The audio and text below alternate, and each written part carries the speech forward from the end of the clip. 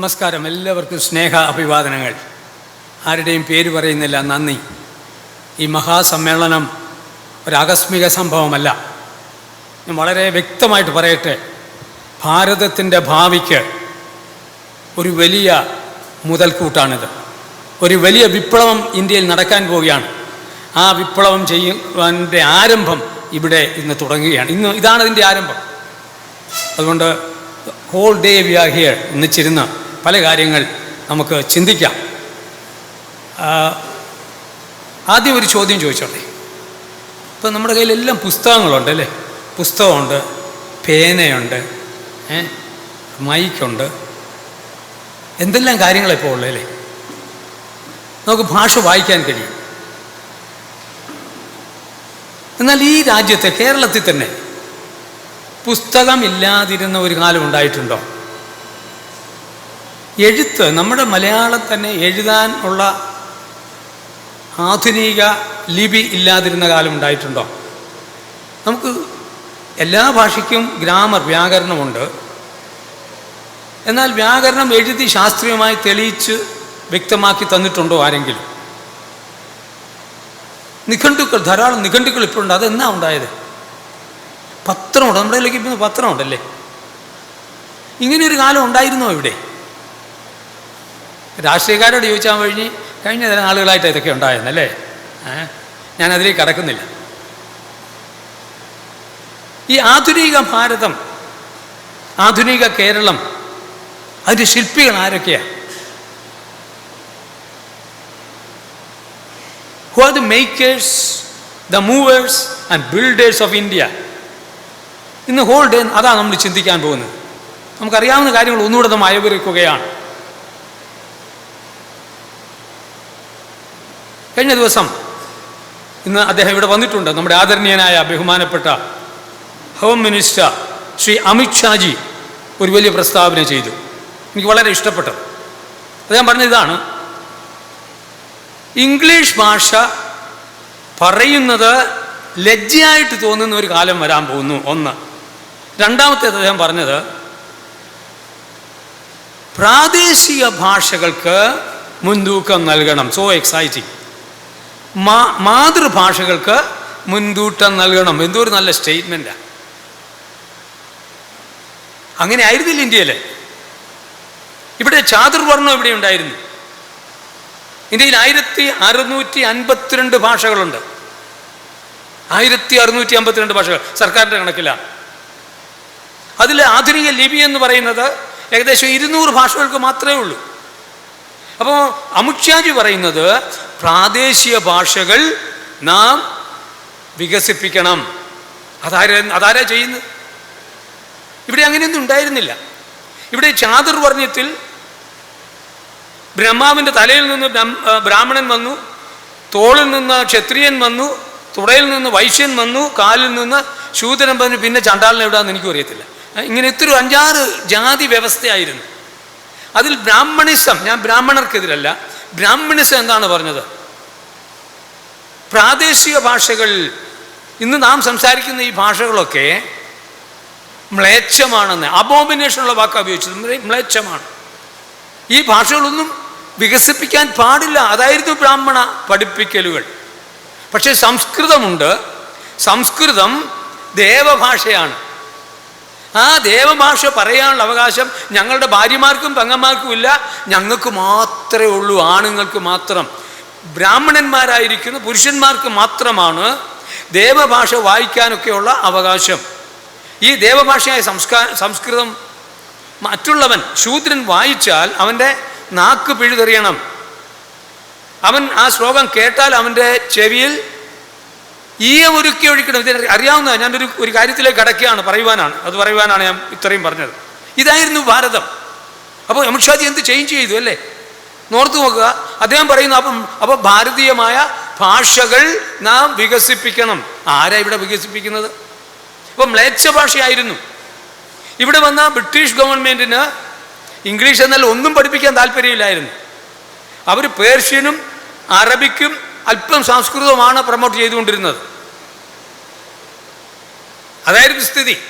അപ്പം ബ്രിട്ടീഷുകാർക്ക് താല്പര്യമില്ല. ഇവിടുത്തെ ബ്രാഹ്മണന്മാർക്ക് താല്പര്യമില്ല. പിന്നെ ആർക്കായിരുന്നു ഇന്ന് നമ്മുടെ ഭാഷകൾ വികസിപ്പിക്കാനുള്ള താല്പര്യം? വള്ളിക്കാവ് മോഹൻദാസ് സാർ വരുന്നുണ്ട്, വിശദമായിട്ട് അദ്ദേഹം സംസാരിക്കും.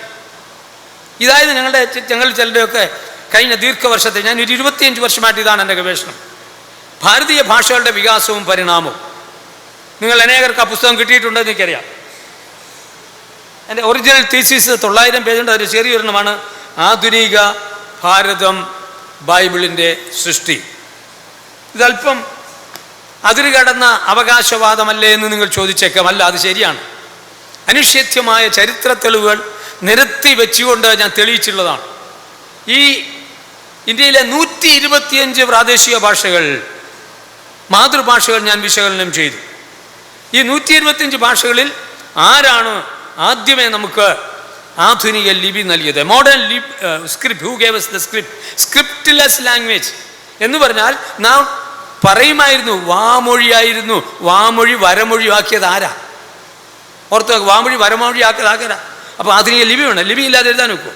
ആധുനിക ലിപി ആരാ നൽകിയത്? 2, നമുക്ക് ഗ്രാമർ പുസ്തകം, ഗ്രാമറിൻ്റെ പുസ്തകം ശാസ്ത്രീയമായി വിശകലനം ചെയ്ത് തന്നത് ആരാ?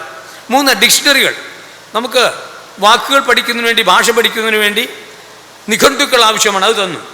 3, നമുക്ക് ഏതെല്ലാം രീതിയിലുള്ള ലിറ്ററേച്ചർ ഉണ്ടായിരുന്നു, സാഹിത്യം ഉണ്ടായിരുന്നു, ഗദ്യം ഉണ്ടായിരുന്നു. ഗദ്യം എന്ന് പറയുന്നത് കേരളത്തിലും ഇല്ലായിരുന്നു കേട്ടോ. ഗദ്യം ഒരൊറ്റ ഭാഷയിലും ഗദ്യം ഉണ്ടായിരുന്നില്ല, കവിതയായിരുന്നു. നോവല്, ഡ്രാമ, സഞ്ചാര സാഹിത്യം, ബയോഗ്രഫി, നോൺ ഓട്ടോബയോഗ്രഫി, ഇതൊക്കെ ആരാ തന്നത്? അപ്പോൾ language to literature to linguistics, ശാസ്ത്രീയമായ ലിംഗ്വിസ്റ്റിക് ടൂൾസ് എന്നതാരാ? Then to literature to literacy. ആരാണ് ഇവിടെ തുടങ്ങിയത്? ഇവിടുത്തെ കിൻഡർ ഗാർട്ടൻ തുടങ്ങിയത് ആരാ? സ്കൂള്, കോളേജ്, യൂണിവേഴ്സിറ്റി തുടങ്ങിയത് ആരാണ്? അതിലേക്ക് ഞാൻ പിന്നീട് വരികയാണ്. ഞാൻ ആമുഖമായി പറയുകയാണ്, ഇതൊക്കെ ആരാ ചെയ്തത്? ഞങ്ങളുടെ ഗവേഷണത്തിൽ കണ്ടുപിടിച്ചത് ഒരു പ്രത്യേക കൂട്ടരായിരുന്നു. ആ കൂട്ടരുടെ പേരാണ് ക്രൈസ്തവ മിഷണറിമാർ, ബൈബിൾ ട്രാൻസ്ലേറ്റേഴ്സ്. ഇതിൽ വളരെ അഭിമാനമുണ്ട്. എന്തിനു വേണ്ടിയാണ് അവരിതെല്ലാം ഡെവലപ്പ് ചെയ്തത്? മലയാള ഭാഷയിൽ തന്നെ മലയാളം എന്നൊരു വാക്കുണ്ടായിരുന്നില്ല, അതറിയാമല്ലോ. മലയാള ഭാഷയുടെ പേര് മലയാണ്മയെന്നും മലയാഴ്മയെന്നും കേരള ഭാഷയെന്നായിരുന്നു. മലയാളത്തിന് മലയാള ഭാഷയെന്ന് പേരിട്ടത് ഹെർമൻ ഗുണ്ടർട്ടാണ്. ഹെർമൻ ഗുണ്ടർട്ട് കഴിഞ്ഞ മാസം ഹെർമൻ ഗുണ്ടർട്ടിൻ്റെ ഒരു പുരസ്കാരം ഡോക്ടർ വള്ളിക്കാവ് മോഹൻദാസിനെ കൊടുത്ത് കോഴിക്കോട് യൂണിവേഴ്സിറ്റിയിൽ ആ മീറ്റിംഗ് കോഴിക്കോട് നടത്തിയിരുന്നു. അപ്പോൾ ഹെർമൻ ഗുണ്ടർട്ടാണ്. ഷാർലറ്റ് ഓർപ്പിച്ചല്ലോ, കേരളത്തിൻ്റെ ഈ പേരെങ്ങനെയാണ് വന്നത്? ദൈവത്തിൻ്റെ സ്വന്തം നാട്. 1838 ഹെർമൻ ഗുണ്ടർട്ട് ഇങ്ങനെ യാത്ര ചെയ്ത് വരുമ്പോൾ, കേരളത്തിൽ കൂടി ഇങ്ങനെ യാത്ര ചെയ്ത് വരുമ്പോൾ അദ്ദേഹം എഴുതിയതാണ് ഗോഡ്സ് ഓൺ ഗാർഡൻ, ദൈവത്തിൻ്റെ പൂന്തോട്ടം എന്ന്. 1838 ജർമ്മൻകാരനായിരുന്ന മിഷനറിയാണ് എഴുതി വെച്ചത്. എന്തൊരു സന്തോഷം! കേരള ഭാഷ, കേരളം എന്ന് പേരിട്ടത് തന്നെ കേരളോൽപ്പത്തി എന്ന് പറഞ്ഞ ഒരു ചരിത്രഗ്രന്ഥം അദ്ദേഹം എഴുതി. അങ്ങനെയാണ് നടന്നത്. അപ്പോൾ ഹെർമൻ ഗുണ്ടർട്ടിനെ പോലുള്ള അനേകം മിഷണറിമാർ ഇവിടെ വന്നു. ഞാൻ വിശകലനം ചെയ്ത 125 ഭാഷകളിൽ ഞാൻ കണ്ടുപിടിച്ച ഒരു കാര്യം എന്നാണ്, 150-നും 200 വർഷങ്ങൾക്ക് മുൻപ്, ശ്രദ്ധിക്കുക, 150-നും 200 വർഷങ്ങൾക്ക് മുൻപ് ക്രൈസ്തവ മിഷണറിമാർ, ബൈബിൾ പ്രവർത്തകർ, ബൈബിൾ മക്കൾ ഇവിടെ അധ്വാനിച്ചു. നമുക്ക് 86 ഡിക്ഷണറികൾ, 116 ഗ്രാമർ പുസ്തകങ്ങൾ, 45 പത്രങ്ങൾ നൽകി. എന്നാ ശ്രദ്ധിക്കുക 150-നും 200 വർഷം മുമ്പ്, 150-200 വർഷം ഇവിടെ എന്തുണ്ട്? തിരുവനന്തപുരത്ത് എന്തുണ്ട്? അവിടെയാണ് ക്രൈസ്തവ മിഷണറിമാർ വരുന്നത്. അഭിമാനത്തോടുകൂടി അവരുടെ ജീവിതം അവർ ഇവിടെ സമർപ്പിക്കുകയാണ് ചെയ്തത്. അപ്പം ഭാഷകളുടെ വികാസം, ക്രൈസ്തവ മിഷൻ ഒന്നാമത്തേത്. അപ്പോൾ നമുക്കിന്ന് പുസ്തകമില്ലായിരുന്ന സമയത്ത്, പ്രസ്സില്ലായിരുന്ന സമയത്ത് ഇതെല്ലാം തന്ന് നമ്മുടെ ഭാരതത്തെ, നമ്മുടെ കേരളത്തെ അധുനവൽക്കരണം ചെയ്ത ശക്തികൾ ഇവരാണ്. അതിൽ നമുക്ക് അഭിമാനം കൊള്ളണ്ടേ? മലയാളത്തിൻ്റെ പിതാവ് എന്ന് പറയുന്നത് എഴുത്തച്ഛനാണ് സാധാരണ പറയാറുണ്ട്.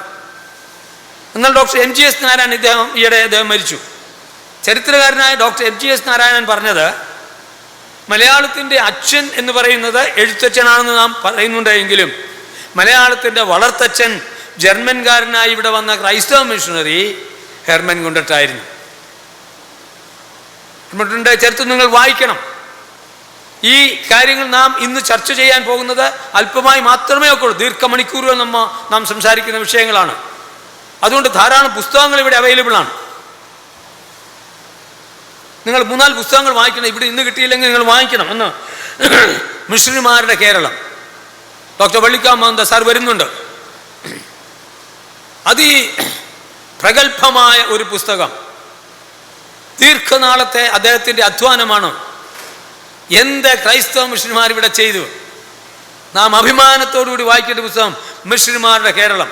അദ്ദേഹം സംസാരിക്കാൻ പോവുകയാണ്. ഇവിടെ അടിമത്തമായിരുന്നു. വിനിൽ പോൾ ഇവിടെ വരുന്നുണ്ട്. അടിമ കേരളത്തിൻ്റെ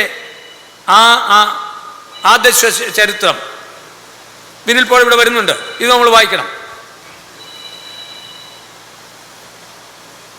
കേരളത്തിലെ സാമൂഹ്യ പരിവർത്തനം ഡോക്ടർ സാമുവൽ നെല്ലിമുകൾ.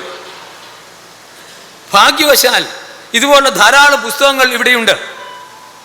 ഇംഗ്ലീഷിൽ നിങ്ങൾക്ക് വായിക്കാവുന്ന ഒരു പുസ്തകമാണ് the book that made the world by Vishal Mangalwadi. ഇന്ത്യയിലെ ലോകത്തിലെ എല്ലാം ആധുനിക പരിവർത്തനങ്ങളുടെ ഹേതുവായിട്ട് ബൈബിളാണ് താൻ തെളിയിച്ചിരിക്കുകയാണ്. The book that made the world by Vishal Mangalwadi. ഭാരതത്തിൻ്റെയും കേരളത്തിൻ്റെയും യഹൂദ ചരിത്രം അറിയണമെന്നുണ്ടെങ്കിൽ യൂതഭാരതം എന്ന് പറയുന്നത് ഡോക്ടർ എബ്രഹാമിന് ഒരു പുസ്തകം എഴുതിയിട്ടുണ്ട്. ഞാൻ എന്തിനാ ഇതൊക്കെ പറയുന്നത്? നിങ്ങളിതെല്ലാം വായിച്ച് മനസ്സിലാക്കി പങ്കുവയ്ക്കണം. നമുക്ക് പറ്റിയ അബദ്ധം ഇതാണ്. Somebody said what we learn from history is that we learn from history nothing. ചരിത്രത്തിൽ നിന്ന് നാം പഠിക്കുന്നത് ചരിത്രത്തിൽ നാം ഒന്നും പഠിക്കുന്നില്ല എന്നുള്ളതാണ്. ചരിത്രം വായിക്കുകയും മനസ്സിലാക്കുകയും ചെയ്ത നെഹ്റുവിനെ പോലുള്ള ഡോക്ടർ രാധാകൃഷ്ണനെ പോലുള്ള പ്രഗത്ഭരായ രാഷ്ട്രീയ നേതാക്കന്മാർ എവിടെയെന്ന്. അതുകൊണ്ടാണ് പറ്റിയത്. ചരിത്രത്തെ നാം മനസ്സിലാക്കണം. ചരിത്രത്തിലെ സത്യങ്ങളെ നാം ഉൾക്കൊള്ളണം. അങ്ങനെയാണ്. അതുകൊണ്ടാണ് ഇങ്ങനെ ഒരു കോൺഫറൻസ് നാം ക്രമീകരിച്ചിരിക്കുന്നത്. ഇതൊരിക്കലും it's not a vain thing. ഇതുകൊണ്ട് നിങ്ങൾക്ക് വലിയൊരു പ്രയോജനം ഉണ്ടാകാൻ പോവുകയാണ്. ഭാരതത്തിൻ്റെ, ഞങ്ങളൊക്കെ പോയി പ്രായമായി, ഭാരതത്തിൻ്റെ അടുത്ത തലമുറ നിങ്ങളാണ്. നിങ്ങളത് യുവതീവാക്കന്മാരോട് ഞാൻ പറയാം, നിങ്ങൾ ഏറ്റെടുക്കണം. You should take it as A challenge. ഭാരതത്തിൽ ബൈബിൾ എന്ത് ചെയ്തു? ബൈബിൾ പ്രവർത്തകർ എന്ത് ചെയ്തു? ബൈബിൾ മക്കൾ എന്ത് ചെയ്തു? ആയിരക്കണക്കിന് യേശുക്രിസ്തുവിനെ സ്നേഹിച്ച മക്കൾ ഇവിടെ വന്നിട്ട് അവരുടെ ജീവൻ മൊത്തം ഇവിടെ നൽകി. ഹെർമൻ ഗുണ്ടട്ട് 22 ഭാഷകൾ സംസാരിക്കുന്ന മനുഷ്യനായിരുന്നു. ഒരു വലിയ ധനിയനായിരുന്നു. അദ്ദേഹം ഇവിടെ വരികയാണ്. 22-ാം വയസ്സിൽ 22-ാം വയസ്സിൽ ഇവിടെ വരികയാണ്. നോർത്ത് നോക്ക്. 22-ാം വയസ്സിൽ ജർമ്മൻ വിട്ട് ഇവിടോട്ട് വന്ന ഒരു മനുഷ്യൻ എന്തെല്ലാം കാര്യങ്ങൾ ചെയ്തു. അതുപോലെ നൂറുകണക്കിനാണ്. അവരുടെ പേരാ ബൈബിൾ പ്രവർത്തകരെന്ന്. അവർ ബൈബിളിനെ സ്നേഹിച്ചു. എന്തിനാണ് ഇവരിതെല്ലാം ചെയ്തത്? ഞാൻ ഒരു പത്രസമ്മേളനത്തിൽ ഇതെല്ലാം സംസാരിച്ചപ്പോൾ എൻ്റെ അടുത്ത് അവർ ചോദിച്ചു, പത്രക്കാർ ചോദിക്കുന്നത്, നിങ്ങൾക്കൊരു അജണ്ട ഇല്ലായിരുന്നു? ഞാൻ പറഞ്ഞു, അജണ്ട എന്ന് പറഞ്ഞുള്ളൂ, നിങ്ങൾക്കൊരു ലക്ഷ്യമുണ്ട്. ആരും ലക്ഷ്യമില്ലാതെ ആരും ഒന്നും ചെയ്യത്തില്ലല്ലോ. എന്താണ് ലക്ഷ്യം? എന്തിനാണ് ഞങ്ങളിത് ചെയ്തത്? ലക്ഷ്യമുണ്ട്. ബൈബിൾ നാം നമ്മുടെ സ്വന്തം ഭാഷയിൽ വായിക്കണം. ബൈബിൾ നാം നമ്മുടെ സ്വന്തം ഭാഷയിൽ വായിക്കണം. പക്ഷേ ബൈബിൾ വായിക്കണമെന്നുണ്ടെങ്കിൽ, അല്ലെങ്കിൽ വേറെ വായിക്കണമെന്നുണ്ടെങ്കിൽ അക്ഷരമാല വേണ്ടേ? നമ്മൾ ശ്രദ്ധിച്ചിട്ടുണ്ടോ? മലയാളത്തിന് ആധുനിക ലിപി തന്നത് ആരാ? പള്ളിക്കാവ് സാർ അതൊക്കെ സംസാരിക്കാൻ പോവുകയാണ്. ആരാ തന്നത്? ഇവിടെ ബെഞ്ചമിൻ ബെയ്ലി എന്ന് പറഞ്ഞ ഒരാളുണ്ടായിരുന്നു, ഹെർമൻ ഗുണ്ടട്ടായിരുന്നു കോട്ടയത്ത്. അക്ഷര നഗരി. എങ്ങനെയാണ് കോട്ടയമായത്? ശ്രദ്ധിക്കുക. ഞാൻ ഇവിടെ കോട്ടയത്തുണ്ടായിരുന്നു. കോട്ടയത്ത് ഞാൻ പലരോട് ചോദിച്ചു, എത്ര പേരെ ബെഞ്ചമിൻ ബെയ്ലിയുടെ മ്യൂസിയത്തിൽ പോയി കണ്ടിട്ടുണ്ടെന്ന് പറഞ്ഞു. മ്യൂസിയത്തിൽ പോയിട്ടില്ല കോട്ടയത്തുകാർ പോലും. ഇത്രയേ ഉള്ളൂ. ക്രിസ്ത്യാനികളുടെ കാര്യമായി പറയുന്നത്. നമ്മെ നടത്തിയവരെ നാം ഓർക്കാതിരിക്കുന്നത് സങ്കടകരമാണ്. ആരാണ് ഭാരതത്തെ ഭാരതമാക്കിയത്? അപ്പോൾ ഒന്ന്, മലയാളത്തിൽ ലിപി തന്നത് ക്രൈസ്തവ മിഷന്മാർ, ഗ്രാമർ തന്നത്, ഡിക്ഷണറി തന്നത്. ഡോക്ടർ സുകുമാർ അഴീക്കോട് പറയുന്ന സാധാരണ പറയാറുള്ളൊരു കാര്യം ഉണ്ടായിരുന്നു. 2 പുസ്തകങ്ങളാണ് എൻ്റെ തലേൻ്റെ അടുത്ത്. ഒന്ന്, ഒരു വലിയ വോളിയമായിരിക്കുള്ള ഹെർമൻ ഗുണ്ടറ്റിൻ്റെ ഡിക്ഷണറി. അദ്ദേഹം പറയുന്നത് ഡിക്ഷണറി അല്ല, അതൊരു ഇറ്റ്സ് എൻ എൻസൈക്ലോപീഡിയ എന്നാണ്. അതെ, അപ്പോൾ ഹെർമൻ ഗുണ്ടറ്റിൻ്റെ എൻസൈക്ലോപീഡിയയുടെ എൻ്റെ ഇടതുവശത്ത്, വലതുവശത്ത് എൻ്റെ ബൈബിളും ഞാനിരിക്കും. സുകുമാർ അഴീക്കോട് പറഞ്ഞു അതാണ് ഇരിക്കുന്നത്, അതാണ് ഞാൻ വായിക്കുന്നത്. അപ്പോൾ ബൈബിളിൻ്റെ സ്വാധീനം സാഹിത്യ രംഗത്ത്, സാമൂഹ്യ പരിവർത്തന രംഗത്ത് അതുല്യമാണ്. ഭാഷയ്ക്ക് ലിപി നൽകി, ഗ്രാമർ നൽകി, അതിനെ പുനർജീവിപ്പിച്ചു. അങ്ങനെ മലയാള ഭാഷ ഇന്ന് നാം വായിക്കുന്ന രീതിയിലാക്കിയതിന് പിന്നിൽ അധ്വാനിച്ച ക്രൈസ്തവ മിഷന്മാർക്കായിട്ട് ഞാൻ ദൈവത്തിന് നന്ദി പറയുന്നുണ്ട്. നാം ആഹ്ലാദ പുളകിതരാകണം, അഭിമാനം കൊണ്ട് നാം നിറയണം. പ്രിയപ്പെട്ടവരെ, ബൈബിൾ ബൈബിൾ അതാണ് അവർക്ക് ഉദ്ദേശം ഉണ്ടായിരുന്നു. ഞാനും നിങ്ങളും ഈ ബൈബിൾ വായിക്കണം, ഈ ബൈബിൾ വായിക്കണമെന്നുള്ളായിരുന്നു നിങ്ങളുടെ എല്ലാവരും ആഗ്രഹം. സകലരും അവരവരുടെ ഭാഷയിൽ ഈ ബൈബിൾ വായിക്കണം. Bible is God's word. Bible is God's voice in man's vocabulary. ദൈവത്തിൻ്റെ ശബ്ദം മനുഷ്യൻ്റെ വാക്കുകളിൽ. പക്ഷേ ലിപിയില്ല. ഓർത്ത് നോക്ക്, യാതൊരു സംശയവുമില്ല. എന്നാൽ ഇന്ന് എന്താ സംഭവിക്കുന്നത്? അല്പം കഴിയുമ്പോൾ അത് പറയാം. അപ്പോൾ ബൈബിൾ തരാൻ വേണ്ടി ബൈബിൾ വായിക്കുന്നതിന് യാതൊരു വിട്ടുവീഴ്ചയുമില്ല. ലോകത്തിലെ സകല മനുഷ്യരും അവരുടെ മാതൃഭാഷയിൽ ബൈബിൾ വായിക്കണമെന്നുള്ള അദമ്യമായ ആഗ്രഹത്തിൻ്റെ പിന്നുള്ള ചേതോവികാരമാണ് അവരെ ഈ ആധുനിക ശാസ്ത്രീയമായ രീതിയിൽ ഭാഷകളെ വികസിപ്പിക്കുന്നതിന് അവരെ പ്രേരിപ്പിച്ചത്. Bible it's our guide book. നമ്മളെ വഴി നടത്തുന്നതാണ്. It a history book. ലോകത്തിൻ്റെ ഭാവി, ഭൂതകാലം, വർത്തമാനകാലം, ഭാവികാലം പറയുന്ന പുസ്തകമാണ്. ഞാൻ വൈകിട്ട് ഇത് നമ്മൾ കൂടുതലായിട്ടും സംസാരിക്കാൻ പോവുകയാണ്, വൈകിട്ടത്തെ പബ്ലിക് മീറ്റിംഗ്. അപ്പോൾ ഈ ബൈബിൾ മനുഷ്യൻ വായിച്ചു. ഈ ബൈബിളാണ് ഭാരതത്തെ ഭാരതമാക്കിയത്, ലോകത്തെ ലോകമാക്കിയത്. ഭാഷകൾ നാം വികസിപ്പിച്ചു. നമ്മുടെ ഇവിടെ ഹിന്ദി ഭാഷ ഉണ്ടായിരുന്നില്ല. ഞാൻ പല പ്രാവശ്യം എൻ്റെ ഈ പറയുന്നതൊക്കെ നിങ്ങൾ ധാരാളം കേട്ടിട്ടുള്ളതാണ്. ഞാൻ ഒന്നുകൂടെ പറയുന്നു എന്നേ ഉള്ളൂ. ഹിന്ദി ഭാഷ ഇവിടെ ഉണ്ടായിരുന്നില്ല.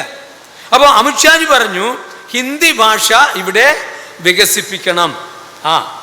അതിൻ്റെ പിന്നിൽ വേറൊരു ആഗ്രഹമുണ്ട്. ഹിന്ദി 43% ഇന്ത്യക്കാർ ഹിന്ദി ഇന്ന് സംസാരിക്കുന്നുണ്ട്. എന്നാൽ ഹിന്ദി ഭാഷ ആരാ കൊണ്ടുവന്നേ? ഹിന്ദി ഭാഷ കൊണ്ടുവന്ന ആരാ? Samuel Henry Kellogg. ദീർഘമായിട്ട് സംസാരിക്കുന്നില്ല. സാമുവൽ ഹെൻറി കെല്ലോഗ് എന്ന് പറയുന്ന ഒരു മിഷണറി, പ്രസ്ബിറ്റേറിയൻ മിഷണറിയാണ്. 1876 മധ്യ ഭാരതത്തിലെ 12 തദ്ദേശീയ ബോലി ഭാഷകളെ, ഡയലക്റ്റുകളെ സ്വാംശീകരിച്ച് ക്രോഡീകരിച്ച് ഹിന്ദി ഭാഷ, ഗ്രാമർ ഓഫ് ദ ഹിന്ദി എന്ന് പറഞ്ഞു, ഹിന്ദി ഭാഷയുടെ വ്യാകരണം എന്ന് പറഞ്ഞിട്ട് ഹിന്ദി ആദ്യമായിട്ട് ഹിന്ദിക്ക് ഹിന്ദി ഭാഷ എന്ന് പേര് നൽകി അതിനെ വികസിപ്പിച്ച അദ്ദേഹമാണ്. ഇന്ന് 43% ഇന്ത്യക്കാരത് പറയുന്നു. അപ്പോൾ സാമുവൽ ഹെൻറി കെല്ലോഗ് മാത്രമല്ല, മിഷണറി ഗ്രീവ്സ് ഉണ്ടായിരുന്നു. ഒരു ഗ്രീവ്സ് എന്ന് പറഞ്ഞ ഒരാളുണ്ടായിരുന്നു. അദ്ദേഹമാണ് വാരാണസിയിൽ ഈ ഹിന്ദി ഭാഷകളുടെ വികസനത്തിന് വേണ്ടി, അത് ദേശമെല്ലാം പ്രചരിപ്പിക്കുന്നതിന് വേണ്ടി ഒരു ഭാഷാ ഇൻസ്റ്റിറ്റ്യൂട്ട് തുടങ്ങിയത്. അപ്പോൾ ക്രൈസ്തവ മിഷണറിമാര് ഭാഷ വികസിപ്പിക്കുക മാത്രമല്ല, അത് നമ്മളെ പഠിപ്പിക്കുകയുണ്ടായി. There is a progressive investment of their life from language to linguistic to literacy. North നോക്കുക, ഇന്ന് നാം തിരിഞ്ഞു നോക്കുക. അപ്പോൾ നമുക്ക് പുസ്തകം തന്നു, ഗ്രാമർ പുസ്തകം തന്നു. അതിനുശേഷം എന്താ തന്നത്? സ്കൂളുകൾ തുടങ്ങി.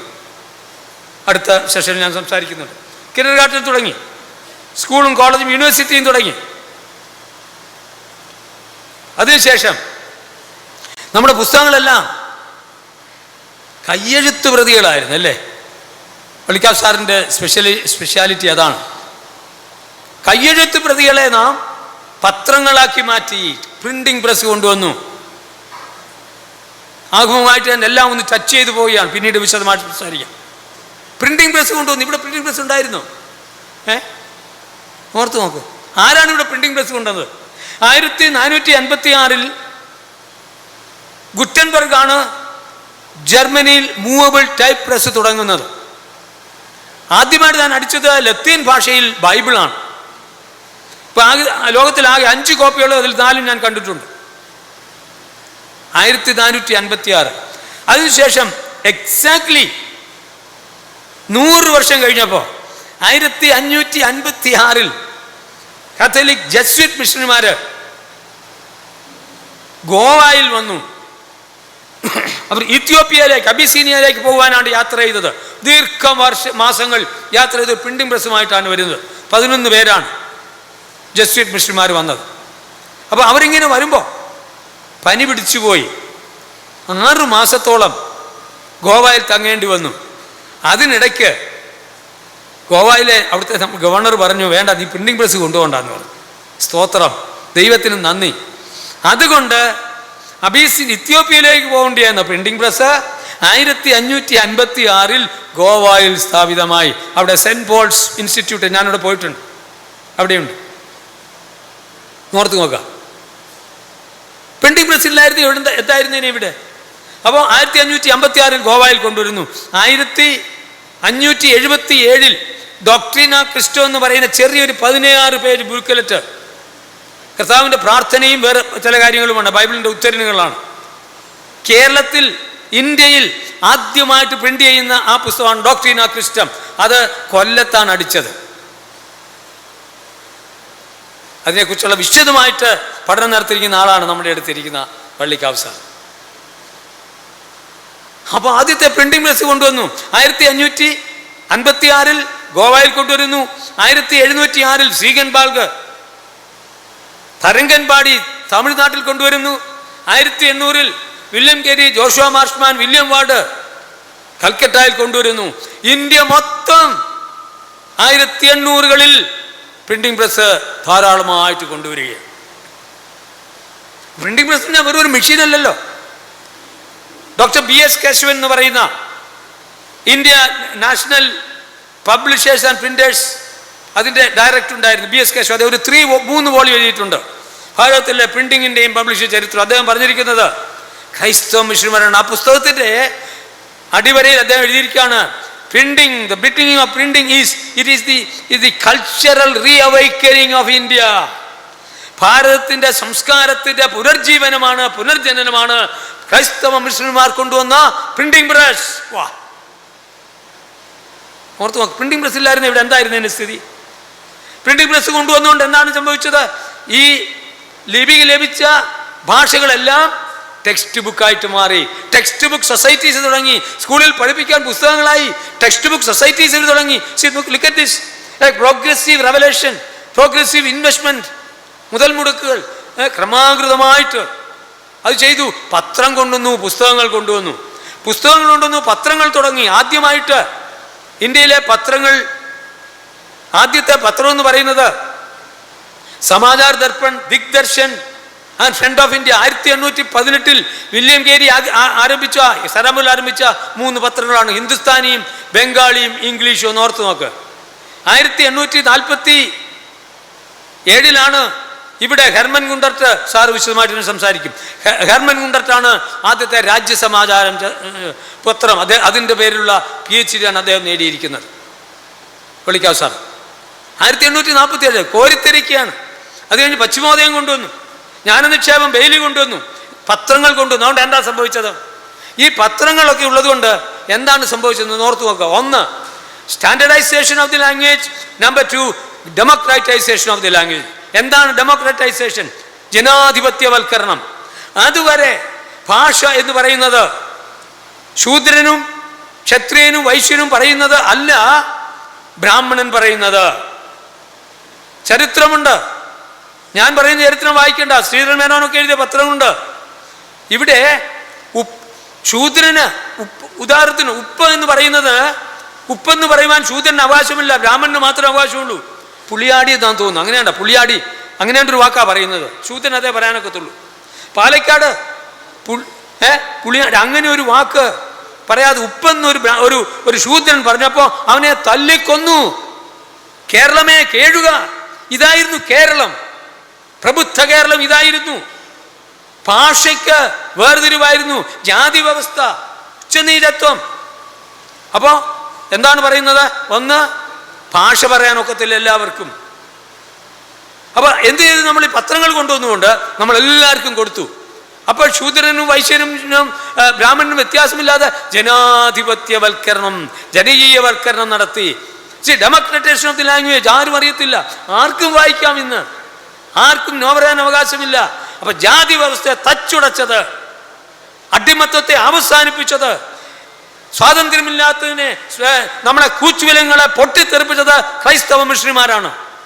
ഇന്ന് ഞാൻ എന്തായിരിക്കുന്നു, ഞാനായിരിക്കുന്നതിൻ്റെ പിന്നിലെ ശക്തി എന്ന് പറയുന്നത് ക്രൈസ്തവ മിഷണറിമാരും ബൈബിളുമാണ്. അപ്പൊ ജനാധിപത്യവൽക്കരണം. രണ്ട്, സ്റ്റാൻഡേർഡൈസേഷൻ. തിരുവനന്തപുരത്തും തിരുവല്ലായിലും തൃശ്ശൂരും തലശ്ശേരിയിലും മലയാളം നാം സംസാരിക്കുമ്പോൾ ഡയലക്റ്റിക്കൽ വേരിയേഷൻ ഉണ്ടോ നമുക്കറിയാമല്ലോ, അല്ലേ? നമുക്ക് തന്നെ അറിയാമല്ലോ, അല്ലേ?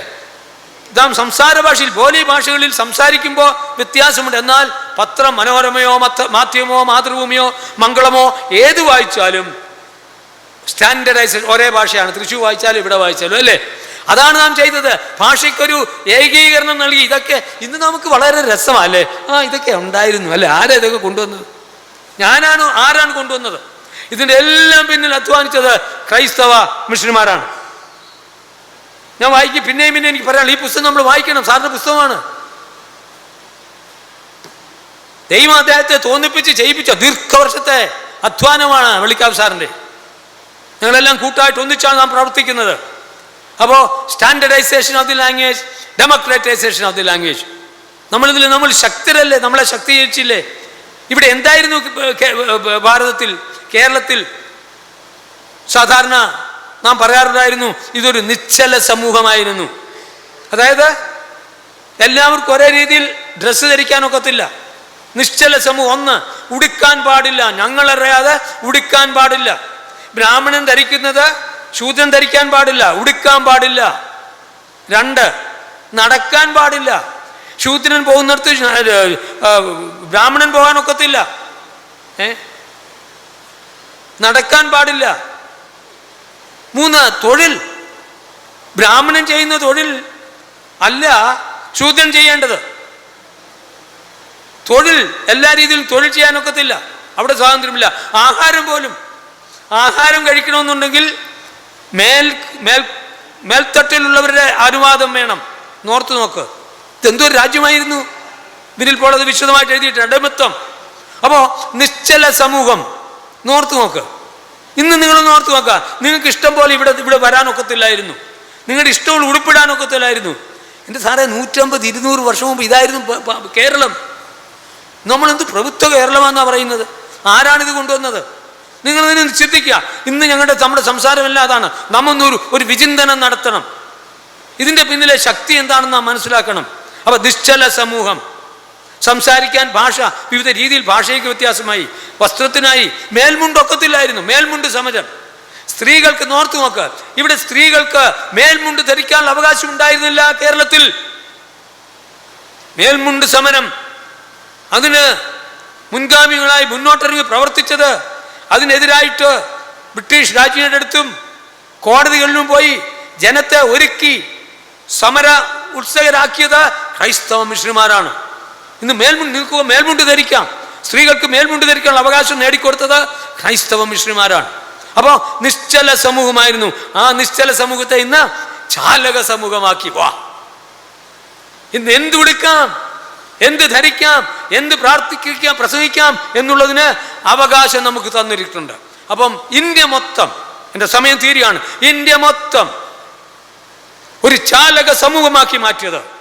നിങ്ങൾ ഇന്ന് പോകുക, ഇന്ന് ഇന്ത്യയിലെ സാക്ഷരതയിൽ ഏറ്റവും മുന്നിൽ നിൽക്കുന്നത് മിസോറാമാണ്. രണ്ടാമത്തേത് കേരളമാണ്. കഴിഞ്ഞ 5 വർഷം മുമ്പ് കേരളമായിരുന്നു ഒന്ന്, ഇത് മിസോറാമാണ് ഇപ്പോൾ ഒന്ന്. മിസോറാമിൽ ആരാ ചെയ്തത്? 1830 ക്രൈസ്തവ മിഷണറിമാർ വന്നു, അവർ ജീവിച്ചു. തല കൊയ്യുന്ന ആൾക്കാരായിരുന്നു അവിടെ ഉണ്ടായിരുന്നത്. നോർത്ത് ഈസ്റ്റ് ഞാൻ പോയിരുന്നു. മണിപ്പൂരിൽ നിന്നാണ് ഞാൻ വരുന്നത്. മണിപ്പൂർ ശ്രദ്ധിക്കുക, തല കൊയ്യുന്നവരെ, they were human hunters. അവരെ മനുഷ്യ സ്നേഹികളാക്കി മാറ്റി. അതാണ് ബൈബിൾ ചെയ്തത്. അപ്പൊ ഇവിടെ നാം എന്ത് ചെയ്തു? ഭാഷ എല്ലാവർക്കും സ്വീകാര്യമായ രീതിയിൽ അതിനെ നാം വികസിപ്പിച്ചു. ഞാനൊരു കാര്യം പറഞ്ഞല്ലോ, ഈ ബൈബിൾ എല്ലാവരും വായിക്കണം, അതാണ് നമ്മുടെ ഏക ഉദ്ദേശം. എന്നാൽ ഇന്ന് എന്താ സംഭവിക്കുന്നത്? നാം എന്ത് പ്രാർത്ഥിക്കണം, എങ്ങനെ പ്രാർത്ഥിക്കണം, ആരോട് പ്രാർത്ഥിക്കണം, എവിടെയെല്ലാം പ്രാർത്ഥിക്കണം, ഇതൊക്കെ നമുക്ക് സ്വാതന്ത്ര്യം 77 വർഷങ്ങൾക്ക് മുൻപ് നമുക്കത് ലഭിച്ചു.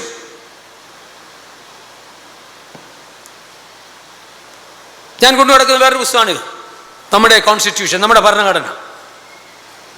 ഈ ഭരണഘടന നമുക്ക് എന്തും വായിക്കുന്നതിനും ഉടുക്കുന്നതിനും സംസാരിക്കുന്നതിനും പ്രവർത്തിക്കുന്നതിനും പ്രതികരിക്കുന്നതിനും ഒക്കെയുള്ള സ്വാതന്ത്ര്യം തന്നു. 77 വർഷം മുമ്പ് ഇതില്ലായിരുന്നു.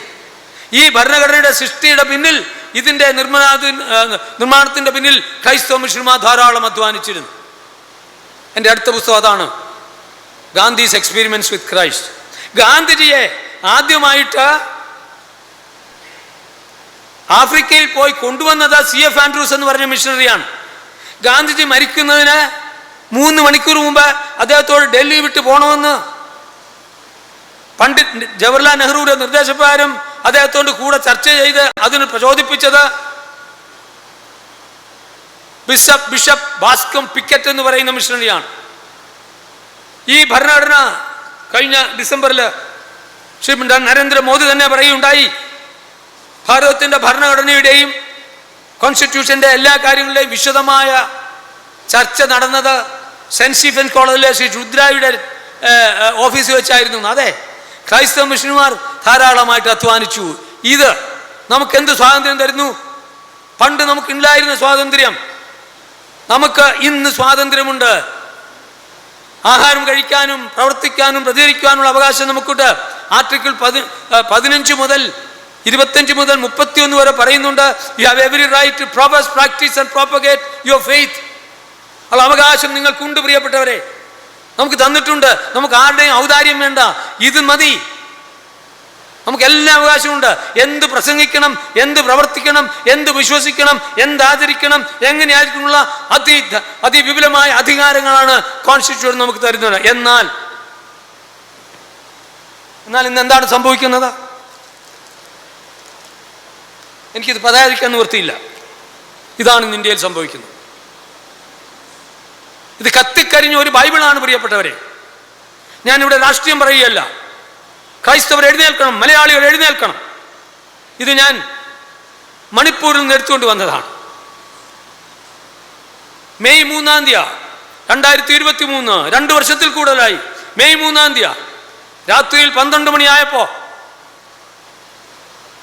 ആരോ ഒരാള് ഒരു പാസ്റ്ററുടെ ഫോൺ ചെയ്ത് പറഞ്ഞു, താനൊരു മെയ്തൈ ക്രിസ്ത്യനാണ്, വൈഫ് കുക്കിയാണ്, ചെറിയ ഒരു സഭയാണ്. ആ സഭാ ഹോളിൽ നല്ലൊരു ഹോളാണ്.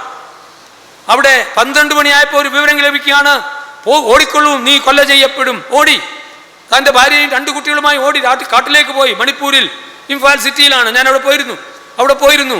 എന്നാൽ 2 മണിയായപ്പോൾ ഒരു ട്രക്ക് കൊണ്ടുവന്ന് അവിടെ ഉണ്ടായിരുന്ന എല്ലാ സാധനങ്ങളും എടുത്തുകൊണ്ട് പോയി. 4 മണിയായപ്പോൾ ഒരു ട്രക്കിൽ ഗ്യാസ് കുറ്റികൾ കൊണ്ടുവന്നു, കത്തിച്ചാമ്പലാക്കി.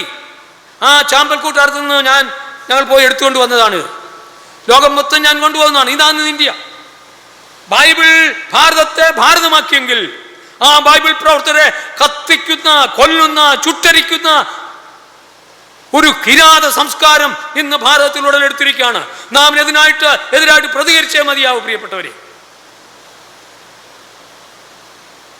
ഭാരതത്തെ ഭാരതമാക്കിയ ബൈബിൾ പ്രവർത്തകരെ ചുട്ടരിക്കുകയാണ്. 36 മണിക്കൂറിനുള്ളിൽ ആ മെയ് 3-ാം തീയതി 243 സഭാ ഹോളുകളാണ്, പള്ളികളാണ് കത്തിച്ചത്. 1000-ഓളം വിശ്വാസികളെ കൊന്നു. നിങ്ങൾ ആർക്കും കണക്കില്ല പ്രിയപ്പെട്ടവരെ. ഇന്ന് 2 വർഷമായി 60,000 പേര്, 60,000 ക്രിസ്തുമക്കൾ മണിപ്പൂരിൽ കഴിയാണ്. വളരെ മോശമായ രീതിയിലുള്ള അഭയാർത്ഥി കേന്ദ്രങ്ങളാണ്, അതും അടയ്ക്കാൻ പോകുമെന്ന് കേൾക്കുന്നു. ഇന്ന് UP-യിലും ഛത്തീസ്ഗഡിലും മധ്യപ്രദേശും ഒക്കെ ആയിട്ട് 800-ലധികം വിശ്വാസികൾ, ബൈബിൾ മക്കൾ, ഭാരതത്തെ ഭാരതമാക്കിയ ബൈബിൾ മക്കൾ ജയിലിലാണ്. എന്താ? അവർ പ്രാർത്ഥിക്കുന്നു. ഇന്നലത്തെ വിവരം നിങ്ങൾക്കറിയാം. ഇന്നലെ മഹാരാഷ്ട്രയിൽ ആന്റി കൺവേർഷൻ ബില്ല് കൊണ്ടുവരികയാണ്. ഈ ആഴ്ച ഇപ്പോൾ ഡിസ്കഷൻ നടക്കുകയാണ്. 13ാമത്തെ സംസ്ഥാനമാണ്. It's a nefarious draconian anti conversion bill എന്ന് പറയുന്നത്. മതസ്വാതന്ത്ര്യമാണ്, മതധ്വംസനമാണ്, മനുഷ്യാവകാശ ധ്വംസനമാണ്. ഈ ബില്ലുകളെല്ലാം ഞാൻ പറയട്ടെ, മനുഷ്യാവകാശ ധ്വംസനമാണ്. ഈ ഭരണഘടനയ്ക്ക് തികച്ചും വിരുദ്ധമാണ്. എന്നാൽ അതിനെ ചോദ്യം ചെയ്യുവാൻ നട്ടലുള്ള ഒരൊറ്റ ജുഡീഷ്യറി ഇവിടെയില്ല. നമുക്ക് പേടിക്കണ്ട. നമ്മുടെ സഹായം ദൈവത്തിൽ നിന്നാണ് വരുന്നത്. നമുക്കൊന്നും ചെയ്യാനൊക്കുന്നില്ല. നാം പേടിക്കേണ്ട ആവശ്യമില്ല. നമ്മളെ ചുട്ടരിക്കട്ടെ. ഇന്നലെ ബോംബെയിൽ ഒരു ആസാദ് മൈതാനത്ത് ഒരു സമ്മേളനം ഉണ്ടായിരുന്നു ക്രിസ്ത്യാനികളുടെ. അപ്പോൾ പത്രക്കാർ ഞങ്ങളുടെ ചീഫ് മിനിസ്റ്ററോട് ചോദിച്ചു, ഞാൻ ബോംബെ നിന്നാണ് വരുന്നത്, ചീഫ് മിനിസ്റ്റർ ഫഡ്നാവിസിനോട് പത്രക്കാർ ചോദിച്ചു, ഇങ്ങോട്ട് ക്രിസ്ത്യാനികളൊക്കെ ഇതിനെതിരായിട്ട് മാർച്ചൊക്കെ നടത്തുന്നുണ്ടല്ലോ, അദ്ദേഹം എന്താ പറഞ്ഞതെന്നറിയാവോ? എനിക്ക് വളരെ രസമായിട്ട് തോന്നി.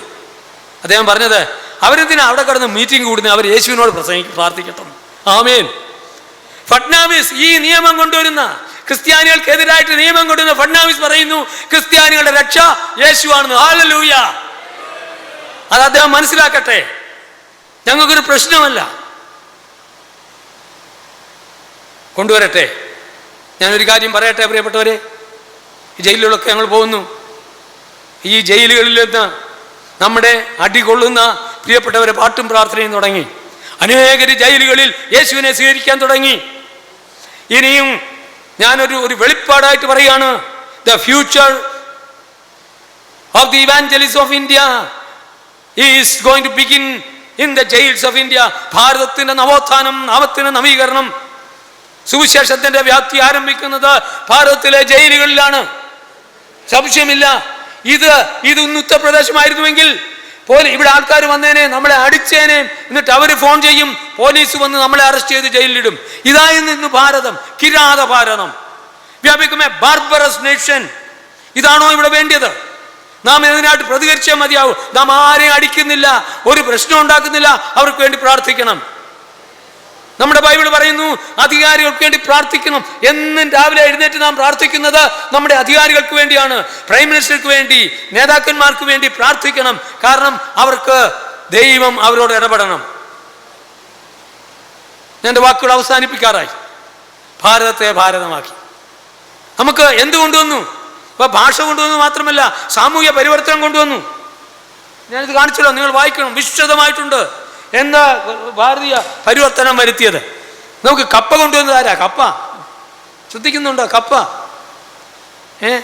റബ്ബർ, ചായ. കേരളത്തിന്റെ പേരൊന്ന് മാറ്റണമെന്നാണ് എനിക്ക് തോന്നുന്നത്. ബേക്കറി എന്നാക്കണം. ഗോഡ്സ് ഓൺ കൺട്രി അല്ല, ബേക്കേഴ്സ് ഓൺ കൺട്രി എന്ന് പറഞ്ഞാലും ബേക്കറിയാ അല്ലേ? എല്ലാം ബേക്കറിയാണ്. പക്ഷെ ഈ ബ്രെഡ് കൊണ്ടുവന്നത് ആരാ? ഗോവയില് ക്രിസ്ത്യൻ മിഷനുമാരാ കൊണ്ടുവന്നത്. ക്രിസ്ത്യൻ മിഷനുമാര് ഗോവയിൽ വന്ന് അവരെ കൊണ്ടുവന്ന് എന്ത് പഠിപ്പിച്ചു? ബ്രെഡിന്റെ പേര് പാവം എന്നാ. ബ്രെഡ് കൊണ്ടുവന്ന് അവര് നമ്മളെ ബേക്കറി പഠിപ്പിച്ചു. അത് മാത്രമല്ല, അവർ പൊട്ടറ്റോയും കൊണ്ടുവന്നു. പൊട്ടറ്റോയും ഉള്ളിയും കൊണ്ടുവന്ന് ആരാ? ഉരുളക്കിഴങ്ങ് കൊണ്ടുവന്നു. ഉരുളക്കിഴങ്ങ് കുഴച്ച് പൊരിക്കാൻ പഠിപ്പിച്ചു. ഉരുളക്കിഴങ്ങ് കൊണ്ട് നാം ബോണ്ട ഉണ്ടാക്കി ബേക്ക് ചെയ്ത് ബ്രെഡിൻ്റെ അകത്ത് നാം അങ്ങോട്ട് വെച്ചിട്ട് കഴിക്കുക. അതിൻ്റെ പേരാ വടാപ്പാവ്. ഞാൻ ബോംബെക്കാരനാണ്. വടാപ്പാവ്. ഞാനൊരു ഫിലിം ഇറക്കിയിട്ടുണ്ട്, വടാപ്പാവ് എന്ന് പറഞ്ഞു.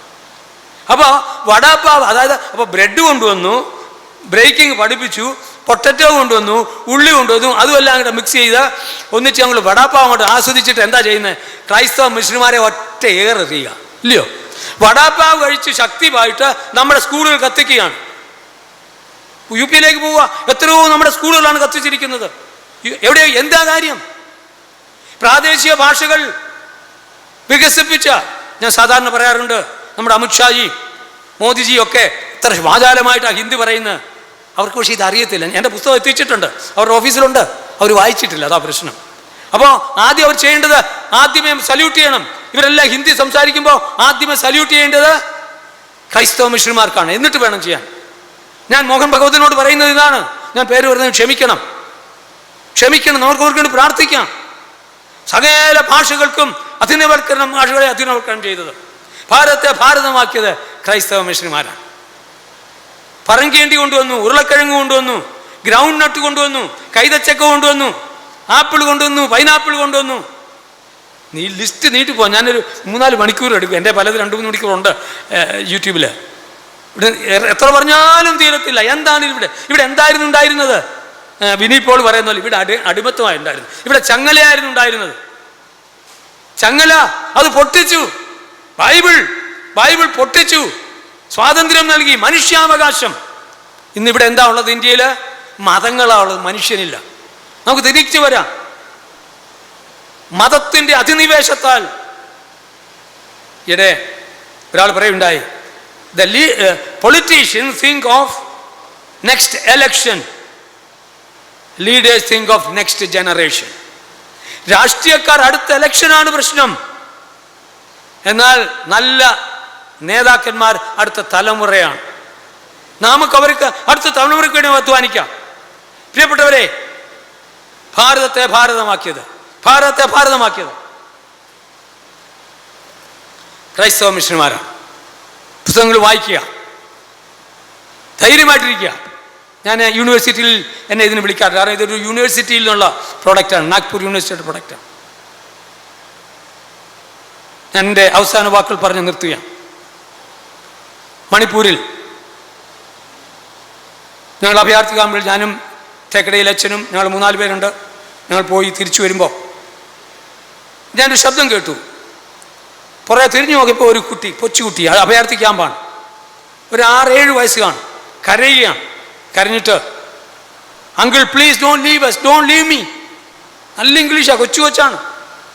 Don't leave me, I have no father, no mother, I have no brother, no sister. എനിക്ക് പെങ്ങളില്ല, എനിക്ക് ചേട്ടത്തിമാരില്ല, അനിയത്തിമാരില്ല, ആങ്ങളമാരില്ല, അപ്പനില്ല, അമ്മയില്ല, വീടില്ല, പുസ്തകമില്ല, സ്കൂളിൽ അഭയാർത്ഥി ക്യാമ്പിൽ കരയുകയാണ്. കണ്ണുനീർ തുളുര വഴിയാണ്. തിരിഞ്ഞു നോക്കിയപ്പോൾ ഞങ്ങൾക്ക് വൈകുന്നേരം മനസ്സിലാക്കി, 3 ആഴ്ച മുമ്പേ അവളുടെ അപ്പനെയും അവർ കത്തിച്ചു, അവരുടെ വീട് കത്തിച്ചു. ഇതാണ് ഇന്ന്